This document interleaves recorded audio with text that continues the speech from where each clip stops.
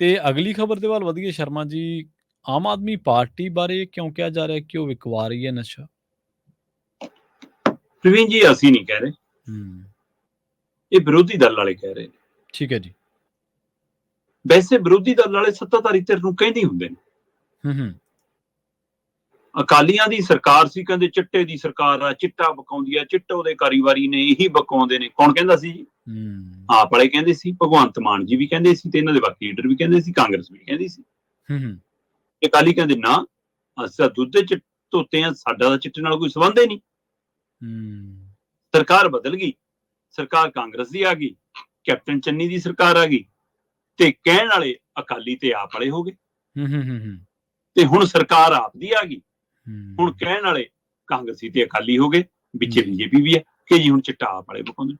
ਮਤਲਬ ਅਕਾਲੀਆਂ ਦੇ ਸਮੇਂ ਵੀ ਚਿੱਟਾ ਵਿਕਦਾ ਸੀ, ਮਤਲਬ ਕਾਂਗਰਸ ਦੇ ਸਮੇਂ ਵੀ ਚਿੱਟਾ ਵਿਕਦਾ ਸੀ ਜੀ। ਨਸ਼ਾ ਤੇ ਚਿੱਟਾ ਹੁਣ ਆਪ ਦੇ ਸਮੇਂ ਵੀ ਵਿਕਦਾ, ਤੇ ਜੇ ਉਹਨਾਂ ਦੇ ਸਮੇਂ ਉਹ ਸਰਕਾਰਾਂ ਬਕਵਾਉਂਦੀਆਂ ਸੀ, ਫਿਰ ਤੁਹਾਡੇ ਸਮੇਂ ਤੁਹਾਡੀ ਸਰਕਾਰ ਬਕਵਾਉਂਦੀ ਹੈ। ਸੋ ਜੇਕਰ ਸਰਕਾਰ ਜਿਹੜੀ ਹੈ ਉਹਦੇ ਹੁੰਦੇ ਪੰਜਾਬ 'ਚ ਗੈਰ ਕਾਨੂੰਨੀ ਕੰਮ ਹੁੰਦੇ ਨੇ, ਤਾਂ ਸਵਾਲ ਸਰਕਾਰ ਨੂੰ ਹੁੰਦੇ ਨੇ। ਅਕਾਲੀਆਂ ਸਮੇਂ ਅਕਾਲੀਆਂ ਨੂੰ ਸਵਾਲ ਸੀ, ਕਾਂਗਰਸ ਦੇ ਸਮੇਂ ਕਾਂਗਰਸ ਨੂੰ ਸਵਾਲ ਸੀ, ਹੁਣ ਤੁਹਾਡੇ ਸਮੇਂ ਤੁਹਾਨੂੰ ਇਹ ਆਉਣੇ ਆ। ਤੇ ਹੁਣ ਕਹਿੰਦੇ ਜੀ ਇਹਨਾਂ ਦੇ ਤਾਂ ਰਿਸ਼ਤੇਦਾਰ ਬਕਵਾਉਂਦੇ ਨੇ। ਇਹੋ ਜਿਹੇ ਸਵਾਲ ਆਪ ਨੇ ਵੀ ਖੜੇ ਕੀਤੇ ਸੀ ਅਕਾਲੀਆਂ ਦੇ ਰਿਸ਼ਤੇਦਾਰਾਂ ਤੇ ਪਰ ਉਹ ਕਹਿੰਦੀ ਅਸੀਂ ਫੜੇ ਥੋੜਾ ਗਏ, ਇਹਨਾਂ ਦੇ ਰਿਸ਼ਤੇਦਾਰ ਤਾਂ ਫੜ ਹੋ ਗਏ।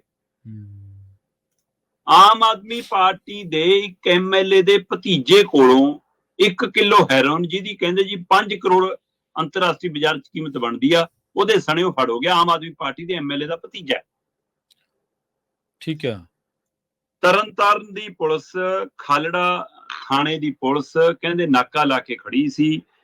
ਦੋ ਨੌਜਵਾਨ ਮੋਟਰਸਾਈਕਲ ਤੇ ਆਉਂਦੇ ਨੇ, ਪੁਲਿਸ ਉਹਨਾਂ ਨੂੰ ਰੋਕਦੀ ਆ, ਉਹ ਭੱਜਣ ਦੀ ਕੋਸ਼ਿਸ਼ ਕਰਦੇ ਨੇ, ਰੋਕ ਕੇ ਤਲਾਸ਼ੀ ਹੁੰਦੀ ਹੈ, ਉਹਨਾਂ ਕੋਲ 1 ਕਿਲੋ ਹੈਰੋਇਨ ਮਿਲਦੀ ਹੈ, ਜਿਨ੍ਹਾਂ ਚੋਂ ਇੱਕ ਨੌਜਵਾਨ ਦਾ ਨਾਂ ਜਸ਼ਨਪ੍ਰੀਤ ਸਿੰਘ ਪੁੱਤਰ ਦਵਿੰਦਰ ਸਿੰਘ, ਤੇ ਕਹਿੰਦੇ ਜੀ ਖੇਮਕਰਨ ਦਾ MLA ਜਿਹੜਾ ਸਰਵਣ ਸਿੰਘ ਧੁੰਨ, ਉਹਦਾ ਜੀ ਕਹਿੰਦੇ ਭਤੀਜਾ ਲੱਗਦਾ।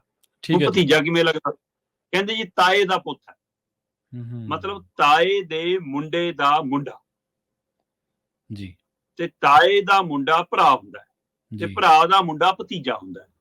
ਇਸ ਲਈ ਕਹਿੰਦੇ ਜੀ MLA ਦੇ ਤਾਏ ਦੇ ਮੁੰਡੇ ਦਾ ਮੁੰਡਾ ਮਤਲਬ ਭਤੀਜਾ ਫੜਿਆ ਗਿਆ ਤੇ ਉਹਦੇ ਕੋਲੋਂ ਹੈਰੋਇਨ ਮਿਲੀ। ਹੁਣ ਸੁਖਬੀਰ ਬਾਦਲ ਕਹਿੰਦਾ ਜੀ ਅਸਤੀਫਾ ਦੇ ਦੇਣ ਮੁੱਖ ਮੰਤਰੀ ਸਾਹਿਬ। ਆ ਲਓ ਜੀ, ਇਹ ਤੋਂ ਵੱਧ ਹੋਰ ਕੀ ਸੀਗਾ ਕਿ ਆਪ ਹੀ ਬਕਾਉਂਦੀ ਜੀ ਨਸ਼ਾ, ਇਹਨਾਂ ਦੇ ਰਿਸ਼ਤੇਦਾਰੀ ਧੰਦਾ ਕਰਦੇ ਨੇ, ਅਸਤੀਫਾ ਦੇਣ ਜੀ ਮੁੱਖ ਮੰਤਰੀ ਸਾਹਿਬ। ਬਾਜਵਾ ਕਹਿੰਦਾ ਲਓ ਜੀ ਸੱਚ ਸਾਹਮਣੇ ਆ ਗਿਆ। ਜਾਖੜ ਕਹਿੰਦਾ ਜੀ ਫੜੇ ਗਏ ਜੀ ਹੁਣ ਤਾਂ। ਤੇ ਉਧਰ MLA ਸਾਹਿਬ ਕਹਿੰਦੇ ਕਿ ਭਾਈ ਮੇਰਾ ਤਾਂ ਕੋਈ ਭਰਾ ਹੀ ਨਹੀਂ, ਤਾਂ ਮੇਰਾ ਭਤੀਜਾ ਕਿੱਥੋਂ? ਅੱਛਾ। MLA ਸਾਹਿਬ ਕਹਿੰਦੇ ਮੈਂ ਇਕੱਲਾ ਹੀ ਇਕੱਲਾ। ਇੱਧਰ ਅਖਬਾਰੀ ਖਬਰਾਂ, ਮੀਡੀਆ ਰਿਪੋਰਟਾਂ ਕਹਿੰਦੀਆਂ ਕਿ ਭਾਈ ਕਦੋਂ ਕਿਹਾ ਕਿ ਤੁਹਾਡਾ ਸਕਾ ਭਰਾ? ਅਸੀਂ ਤਾਂ ਕਹਿੰਦੇ ਤੁਹਾਡੇ ਤਾਏ ਦਾ ਪੁੱਤ ਹੈ, ਇਹ ਮਤਲਬ ਤਾਏ ਦੇ ਮੁੰਡੇ ਦਾ ਮੁੰਡਾ। ਤੇ ਉਧਰ MLA ਸਾਹਿਬ ਕਹਿੰਦੇ ਬਿਲਕੁਲ ਝੂਠ ਹੈ। ਕਹਿੰਦੇ ਜੇ ਇਹੀ ਗੱਲ ਹੈ ਤਾਂ ਫਿਰ ਕਹਿੰਦੇ MLA ਸਾਹਿਬ ਕਹਿੰਦੇ ਕਿ ਤੁਹਾਨੂੰ ਨਹੀਂ, ਕਹਿੰਦੇ ਮੈਨੂੰ ਐਂ ਦੱਸ ਦਿਓ ਕਿ ਜੇ ਮੇਰਾ ਭਤੀਜਾ ਇਹ ਧੰਦਾ ਕਰਦਾ ਹੁੰਦਾ ਫਿਰ ਫੜ ਹੋ ਜਾਂਦਾ। ਠੀਕ ਹੈ। ਤੇ ਕਹਿੰਦੇ ਜੇ ਮੇਰੇ ਭਤੀਜੇ ਨੂੰ ਪੁਲਿਸ ਫੜ ਲੈਂਦੀ ਫਿਰ ਮੈਂ ਫੜਿਆ ਰਹਿਣ ਦਿੰਦਾ।